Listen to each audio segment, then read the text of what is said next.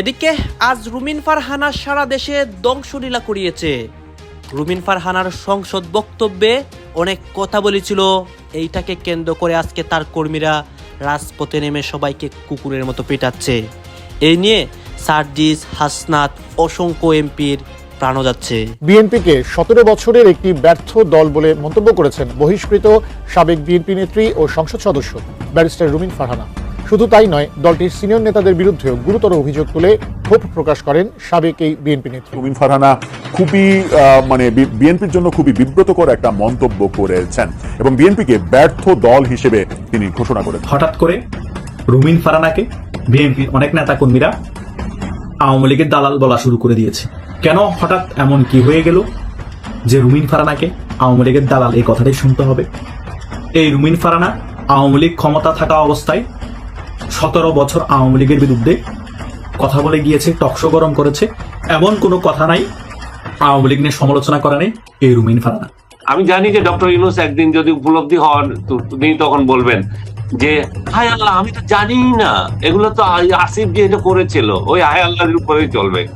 একটার থেকে একটা বড় বাটপার, 17 বছরের যা শেখ হাসিনা করেছে তার কত গুণ ডবল করে ফেলেছে ডক্টর ইউনূস। রুমিন ফারহানাকে যখন বিএনপি দল থেকে বহিষ্কার করা হয়েছিল, এরপর থেকেই রুমিন ফারহানা সারা দেশের মধ্যে উত্তালন এক পরিস্থিতি এবং ঘটনা ঘটিয়েছিল। এখন দেখতে পারি রুমিন ফারহানা এমপি নির্বাচিত হয়, এরপরে সংসদ ভবনের ভিতরে অনেক ঘটনা ঘটায়। দর্শক শ্রোতা, 2024 সালের প্রথম সংসদে রুমিন ফারহানা উস্কানিমূলক অনেক বক্তব্য দেয় এবং তারেক রহমানকে নিয়ে কথা বলে। এই নিয়ে এই মুহূর্তে দেশে একটা নতুন পরিস্থিতি হয়। ঈদের পর দেশের মধ্যে উত্তাল পরিস্থিতি, রাজপথে বিএনপি, জামাত, অসংখ্য নেতাকর্মীরা নেমে অস্থিতিশীল পরিবেশ করে। সবকিছু দেখানোর চেষ্টা করবো এই একটি ভিডিওতে। হঠাৎ করে রুমিন ফারহানাকে বিএনপির অনেক নেতা কর্মীরা আওয়ামী লীগের দালাল বলা শুরু করে দিয়েছে। কেন হঠাৎ এমন কি হয়ে গেল যে রুমিন ফারহানাকে আওয়ামী লীগের দালাল, এই কথাটাই শুনতে হবে। এই রুমিন ফারহানা আওয়ামী লীগ ক্ষমতা থাকা অবস্থায় 17 বছর আওয়ামী লীগের বিরুদ্ধে কথা বলে গিয়েছে, টকশো গরম করেছে। এমন কোনো কথা নাই আওয়ামী লীগ নিয়ে সমালোচনা করা নেই এই রুমিন ফারহানা। কিন্তু 12ই ফেব্রুয়ারি নির্বাচনে কিছুদিন আগে যখন খালেদা জিয়া মারা যায়, তার কিছুক্ষণ পরে কিন্তু রুমিন ফারহানাকে দল থেকে বহিষ্কার করে দেওয়া হয় এবং 12ই ফেব্রুয়ারি মাওবাগা নির্বাচনে যখন রুমিন ফারহানা এমপি হয়ে যায়, তখনও কিন্তু রুমিন ফারহানাকে দলে যোগ দেওয়ার জন্য অফারও করা হয়নি এবং রুমিন ফারহানাও দলে আর যোগ দেয়নি। এবং সংসদের মধ্যে রুমিন ফারহানা বিএনপিকে নিয়ে অনেক বেশি সমালোচনা করে এবং বিএনপির যিনি এখন চেয়ারম্যান আছে তারেক জিয়া, দেশের প্রধানমন্ত্রী, ওনাকে নিয়ে অনেক বেশি সমালোচনা করে। এই সকল বিষয় পর্যালোচনা করে আমার অনেক ইউটিউবের সাবস্ক্রাইবার এবং ফেসবুকের অনেক ফ্রেন্ড মেসেঞ্জার জিজ্ঞেস করে, ভাই কেন এমন হচ্ছে? এই সকল বিষয় নিয়ে রুমিন ফারহানার এই কর্মকাণ্ড নিয়ে আপনি একটি ভিডিও করুন। সে কারণে আজকে এই সকল বিষয় নিয়ে একটি ভিডিও করতে এসেছি। আশা করছি আপনারা শেষ পর্যন্ত ভিডিওটি দেখবেন, সকল বিষয় একেবারে ক্লিয়ার হয়ে যাবেন। প্রথমত, রুমিন ফারহানা কিছুদিন আগেও কিন্তু টকশোতে গিয়ে ক্লিয়ার করেছেন যে বিএনপির অনেক সিনিয়র নেতার থেকেও তার নাকি জনপ্রিয়তা বাংলাদেশে অনেক বেশি বেড়ে গিয়েছিল। বিএনপির অনেক সিনিয়র নেতারা এই সকল বিষয় পছন্দ করছিল না এবং তার প্রতি অনেক বেশি হিংসা করছিল, তাই সুযোগ খুঁজছিল তাকে কিভাবে দল থেকে সরিয়ে দেওয়া যায়। খালেদা জিয়া কিন্তু রুমিন ফারহানাকে অনেক বেশি পছন্দ করতো। খালেদা জিয়া যতদিন বেঁচে ছিল রুমিন ফারহানাকে সিনিয়র ওই নেতাগুলো কোণঠাসা করতে পারেনি এবং দল থেকেও সরিয়ে দিতে পারেনি। কিন্তু খালেদা জিয়া মারা যাওয়ার কিছুক্ষণ পর পরে কিন্তু রুমিন ফারহানাকে দলের শৃঙ্খলা ভঙ্গের কারণে একটা ইস্যু দেখিয়ে দল থেকে বহিষ্কার করে দেয়। সো এই জিদের কারণে রুমিন ফারহানা এমপি হওয়ার পরও কিন্তু দলে আর যোগদান করেনি এবং বিএনপির কঠোর সমালোচনা তিনি করেন এবং তারেক জিয়ারও কঠোর সমালোচনা করেন। এই সকল সমালোচনা দেখে বিএনপিরও অনেকেই রুমিন ফারহানাকে আওয়ামী লীগের দালাল বলা শুরু করে দেয় এবং সংসদে আওয়ামী লীগের মুখপাত্র হিসেবেই নাকি রুমিন ফারহানা এককভাবে যাচ্ছে, এটাও বলা শুরু করে দিয়েছে বিএনপির অনেক নেতাকর্মী। আমার কথা হচ্ছে, বিএনপি এখন ক্ষমতায় আছে। বিএনপি ক্ষমতা থাকায় অবস্থায় অনেক ভালো কাজ করবে, অনেক খারাপ কাজও করবে।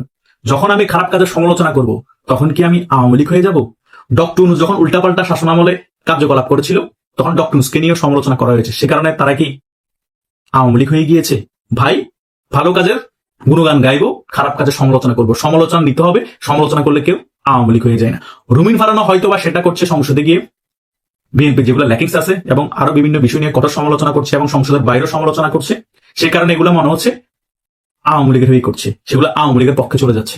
সো কিছু করার নাই, অনেক কিছু বাস্তবতা তুলে ধরলে সকল কিছুই মনে হবে আওয়ামী লীগের কাছে চলে যাচ্ছে, আওয়ামী লীগের পক্ষে কথা বলছে। এটা তো লাগবেই, তাই নয় কি? আর সে যদি আওয়ামী লীগের মুখপাত্র হিসেবে সংসদে যায়, সমস্যা কোথায়? তার বাবা একজন প্রতিষ্ঠাতা আওয়ামী লীগের সাংগঠনিক সম্পাদক, তার শরীরের মধ্যে একজন ভাষা সৈনিকের রক্ত। সে মুক্তিযুদ্ধের সপক্ষে শক্তির বিরুদ্ধে একেবারে কি করে চলে যায়? হয়তোবা সে বিএনপি করতো, সেখানে রাজনৈতিক স্ট্যান্ডের কারণে আওয়ামী লীগের বিরুদ্ধে কথা বলতে হইতো, সে কারণে বলেছে। কিন্তু সে মূল্যায়নটা বিএনপি করতে পারে না। বিএনপির যে সকল সিনিয়র নেতারা আছে, এই রুমিন ফারহানাকে মূল্যায়ন করতে পারে না। প্রতিহিংসার কারণে রুমিন ফারহানাকে একেবারে দল থেকে কোণঠাসা করে দেওয়া হয়েছিল। এখন তো দল থেকে বহিষ্কার অবস্থায় আছে রুমিন ফারহানা। সো রুমিন ফারহানা যদি আওয়ামী লীগের হয়ে কথাও বলে, যদি আওয়ামী লীগে যুক্ত হয়ে যায় এবং আওয়ামী লীগ সে করা শুরু করে দেয় কোনো পদ পদবি ছাড়াও, আমি অবাক হব না। এখন অনেকেই বলতে পারেন রুমিন ফারহানার বাপ অলি আহাদ বঙ্গবন্ধুর সাথে বেইমানি করে নিজে একটি রাজনৈতিক দল গঠন করেছে। ভাই, বঙ্গবন্ধুর সাথে বঙ্গবন্ধুর সবচেয়ে কাছের মানুষ খন্দকার মোস্তাকও তো বেইমানি করেছে। খন্দকার মোস্তাকের কারণেই তো আজকে বঙ্গবন্ধু সপরিবার সহ সকলে নিহত হয়েছে, শুধু শেখ রেহানা আর শেখ হাসিনা ছাড়া। শুধু তাই নয়, এই মেজর জিয়াও তো বেইমানি করেছিল, আরো অনেক সেনাবাহিনীর কর্মকর্তাও তো বেইমানি করেছিল, তারাও তো একজন বাংলাদেশী, তাই নয় কি? সো রাজনীতিতে এরকম পল্টিবাজি অনেক কিছুই হয়, কিন্তু এটা মাথায় রাখতে হবে, কয়েকজন ভাষা সৈনিকের নাম বললে রুমিন ফারহানার বাপ অলি আহাদের নাম বলতে হবে। তার মেয়ে হচ্ছে রুমিন ফারহানা। এবং ব্রাহ্মণবাড়িয়ার মধ্যে কিন্তু বিএনপি সমর্থিত প্রার্থীকে হারিয়েই রুমিন ফারহানা এমপি হয়েছে। বিএনপি সমর্থিত প্রার্থী পেয়েছিল 80,000 ভোট, আর এই রুমিন ফারহানা পেয়েছে 1,18,000 ভোট। আমি জানি যে ডক্টর ইউনূস একদিন যদি উপলব্ধি হন, তিনি তখন বলবেন যে হায় আল্লাহ, আমি তো জানি না, এগুলো তো আসিফ যে এটা করেছিল, ওই হায় আল্লাহর উপরেই চলবে। একটা থেকে একটা বড় বাটপা, 17 বছরের যা শেখ হাসিনা করেছে তার কত গুণ ডবল করে ফেলেছে ডক্টর ইউনূস। আমি জেলে না গেলে তো আমি বুঝতামই না যে কত বড় জুলুমের শাসন ডক্টর ইউনূস করে দিয়েছে, এবং সেটারই ধারাবাহিকতা চলতেছে এখনই। আমি বলবো যে এই বর্তমান সরকার অবিলম্বে যদি ইউনূসের এই অপশাসনের বিরুদ্ধে, অপশাসনের যে চিহ্নগুলো রয়ে গেছে সেগুলো যদি তারা সাফ না করে, তাহলে তাদের জন্য এই ডাস্টবিন সংস্কৃতি এরা যে চালু করে দিয়েছে, এই ডাস্টবিন সংস্কৃতি, ডাস্টবিনদের পরিণতি এটাই হবে। আরেকজন বিদেশে বসে বসে আমার বিরুদ্ধে বলতো মেন্টাল টর্চার কিভাবে হয়, মানুষ কেন মানসিক ভারসাম্য হারিয়ে ফেলে, কারাগারে না গেলে বোঝা যেত না, এবং ইউনূসের কারাগারে না আসলে তো কেউ বুঝবে না এটা। এবং এই শ্বেতপত্র প্রকাশ করার মধ্য দিয়ে বর্তমান সরকার প্রমাণ করবে যে তাদের যেই সদিচ্ছা আছে, যে প্রকৃত ক্রিমিনাল সে যেই হোক, সে শেখ হাসিনা হোক আর ইউনূস হোক, সেটা যেই হোক তার বিচার করার। এটা যদি তারা না করতে পারে, তাহলে তাদের শাসনও আরেকটা শাসনের মতোই হবে, পুরনো শাসনই চলবে, এমন একই কায়দায় চলবে। একটা ইউনূসের মতো আরেকটা বিশ্ব বেহায়া এভাবে আবির্ভূত হবে যে আমাদেরকে উদ্ধার করার জন্য। আমাদের জাতীয় দর্শক মানচিত্রের নিয়মিত আয়োজন কথোপকথনে আজকে আমাদের সামনে যুক্ত হয়েছেন, নিশ্চয়ই তার সম্পর্কে নতুন করে কোনো পরিচয় দেওয়ার প্রয়োজন আছে বলে আমি মনে করি না। বরঞ্চ প্রিয় দর্শক, আপনারা যারা এই অনুষ্ঠান দেখছেন, দীর্ঘ 3 মাস যার মুক্তির দাবিতে আপনারা নিজেরাই সোচ্চার থেকেছেন, এবং মানুষের ভালোবাসা যে এমন অভূতপূর্ব হতে পারে একজন সাংবাদিকের প্রতি, আমি নিজেই সত্যি অভিভূত। সেই সিনিয়র সাংবাদিক আনিস আলমগীর। সাংবাদিক আনিস আলমগীর, আপনাকে স্বাগত জানাচ্ছি। ধন্যবাদ আপনাকে। আমি প্রথমে একটু কৃতজ্ঞতা জানিয়ে দিই, আপনি যাদের কথা বললেন, আমি নিজেও সত্যি অভিভূত যে এত লোক আমার জন্য দোয়া করেছেন। আমি তাদের রিপ্লাই দিতে দিতে মানে আমার সময় চলে যাচ্ছে, এমন একটা অবস্থায় পড়েছি। এখন যারা আমার জন্য দোয়া করেছে, আমি তাদের কাছে কৃতজ্ঞতা প্রকাশ করছি। আর ব্যক্তিগতভাবে যারা সহযোগিতা করেছে আমার কারামুক্তির ক্ষেত্রে, সরকার এবং প্রশাসনে, তাদের কাছে আমি ব্যক্তিগত কৃতজ্ঞতা প্রকাশ করছি ব্যক্তিগতভাবে। কিন্তু আপনার মাধ্যমে সামগ্রিকভাবে সবার জন্য আমি এটা মানে কৃতজ্ঞতা প্রকাশ করতে চাই, যারা এই অ্যাটলিস্ট একবার হলো আমার মুক্তি দাবি করেছেন, ফিল করেছেন। এবং আমার আর এই ঘটনার পর আমার আরেকটা উপলব্ধি হয়েছে যে আমি যখন ইরাক থেকে ফেরত আসলাম, তখন যে কিছু লোক আমাকে জড়িয়ে ধরা, মানে উইশ করা, তারপর আমার জন্য দোয়া করা যাতে আমি মানে সহি সালামতে আসতে পারি, সে একই ধরনের ফিলিংস আমার হচ্ছে আজ থেকে প্রায় 23 বছর পরে আবার একই রকম অনুভূতি হচ্ছে। আমি সেই জায়গা থেকে একটু জানতে চাই আপনার কাছে যে আটক তো আরো অনেকে হয়েছেন, কারাবন্দী হয়েছেন, অনেকের পক্ষে আমরা প্রতিবাদ করতে দেখি, মুক্তি দাবি করি, কিন্তু মনে করেন যে এই যে আপনার প্রতি ভালোবাসা, এই যে মানুষের যার যার অবস্থান থেকে যতটুকু পারে সে লেখার মাধ্যমে হোক, কয়েকটি শব্দ উচ্চারণের মাধ্যমে হোক, এই যে প্রতিবাদ, এটি কেন? মানে আপনি কি নিজে ফিল করেছেন জেলের মধ্যে থেকে কারাবন্দী অবস্থায় যে এত মানুষ আপনার মুক্তি দাবি করছে? আপনি নিশ্চয়ই, আমি যেমন বুঝতে পারিনি আমি কারাগারে যাওয়ার আগে যে মানুষ এতটা ফিল করে, আপনি নিশ্চয়ই আমার চেয়ে বেশি ফিল করেছেন। যখন যদি ফিল করেই থাকেন, মানে আপনার কাছে কি মনে হয়েছে এই যে ফিডব্যাকটি মানুষের পক্ষ থেকে, এই যে ভালোবাসা, এটা কেন, কি কারণে? এটার একটা মাত্র কারণ, ইভেন আমাকে গ্রেপ্তারও আমি মনে করি যে একই কারণ। আগে দেখেন, যখন অন্যায় হতো তখন অনেকেই কথা বলতে পারতেন, অনেকে কথা বলেছেন, যে বড় বড় কথা অনেকে এখন বলছে যে শেখ হাসিনার আমলে কথা বলা যায়নি। শেখ হাসিনার আমলে আমি তো কথা বলেছি, অনেকে তো বলেছে, বলে নাই কি? যারা এখন কথা বলছে, যারা এখন বড় বড় পুরস্কার পেয়েছে, বা বাটপার ইউনূসের শাসনে যারা পুরস্কার পেয়েছিল, বিভিন্ন পোস্টে গিয়েছিল, তো সেই সময় কি তারা কেন পুরস্কার পেয়েছে?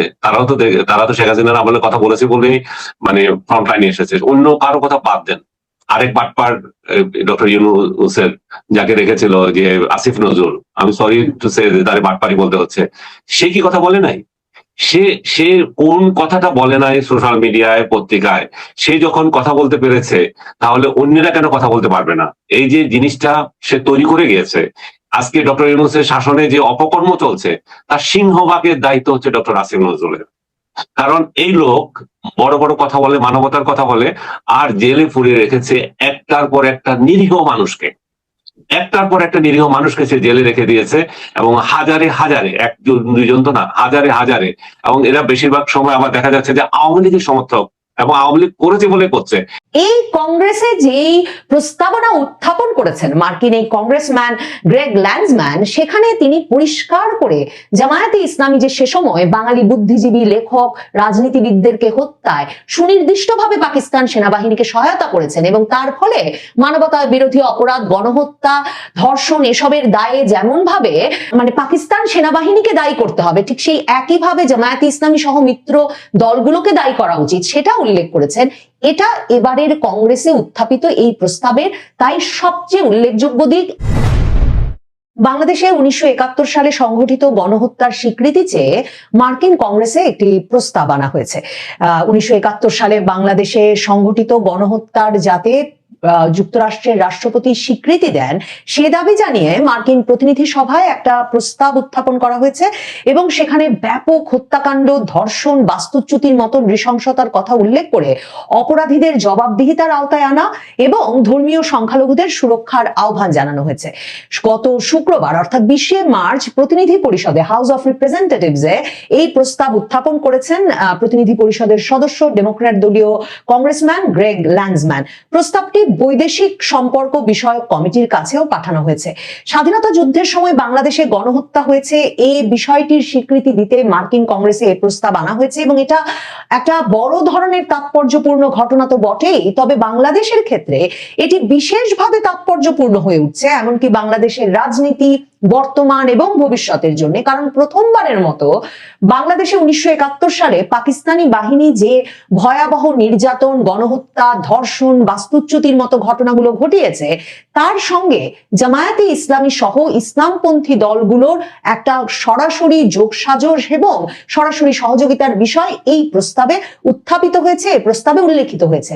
বিশেষভাবে জামায়াতে ইসলামীর নাম পাকিস্তানের সেনাবাহিনীর সহযোগী হিসেবে সরাসরি উল্লেখ নিশ্চিতভাবে, বিশেষ করে বাংলাদেশের সীমানার ভেতরে জামায়াতে ইসলামী নামের কোনো দলের রাজনৈতিক তৎপরতা চালিয়ে যাওয়ার বিষয়টিকে পরবর্তী যে কোনো সময়ে চ্যালেঞ্জের সম্মুখীন করতে পারে, যদি সত্যিকার অর্থেই মার্কিন কংগ্রেসের এই প্রস্তাবের প্রেক্ষিতে যুক্তরাষ্ট্রের প্রেসিডেন্ট, আমেরিকার প্রেসিডেন্ট কংগ্রেসে এই দাবিকে স্বীকৃতি দেন যে বাংলাদেশে 1971 সালে গণহত্যার ঘটনা ঘটেছিল।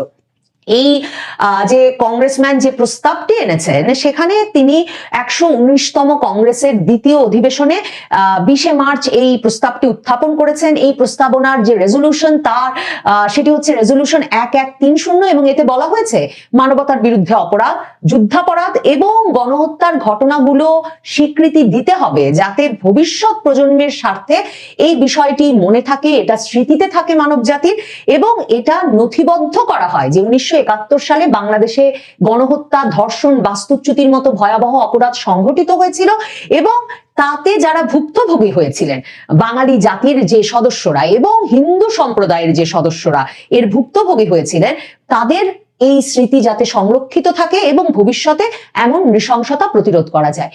এই রেজলিউশনে, যে রেজলিউশন এনেছেন ডেমোক্র্যাট দলীয় এই কংগ্রেসম্যান, সেখানে প্রস্তাব করা হয়েছে যাতে যুক্তরাষ্ট্রের হাউস অফ রিপ্রেজেন্টেটিভ প্রতিনিধি দর্শক, আপনারা তো দেখলেন এখানে কি কথা হচ্ছে। অনেকে কিন্তু অনেক কথা বলতেছে, অনেকে আলোচনা করতেছে, অনেকে সমালোচনা করতেছে দেশের বিভিন্ন অবস্থা এবং পরিস্থিতি নিয়ে।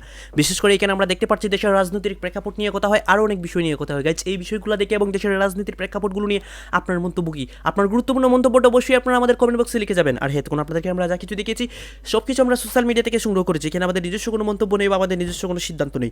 সর্বশেষে আপনাদের কাছে আমাদের রিকোয়েস্ট থাকবে, আপনারা আমাদের চ্যানেলে নতুন দর্শক হয়ে থাকলে চ্যানেলটি সাবস্ক্রাইব করবেন এবং পাশে থাকা বেল বাটনটি বাজাবেন যাতে করে নেক্সট ভিডিওটা সবার আগে আপনাদের কাছে পৌঁছে যায়। ধন্যবাদ।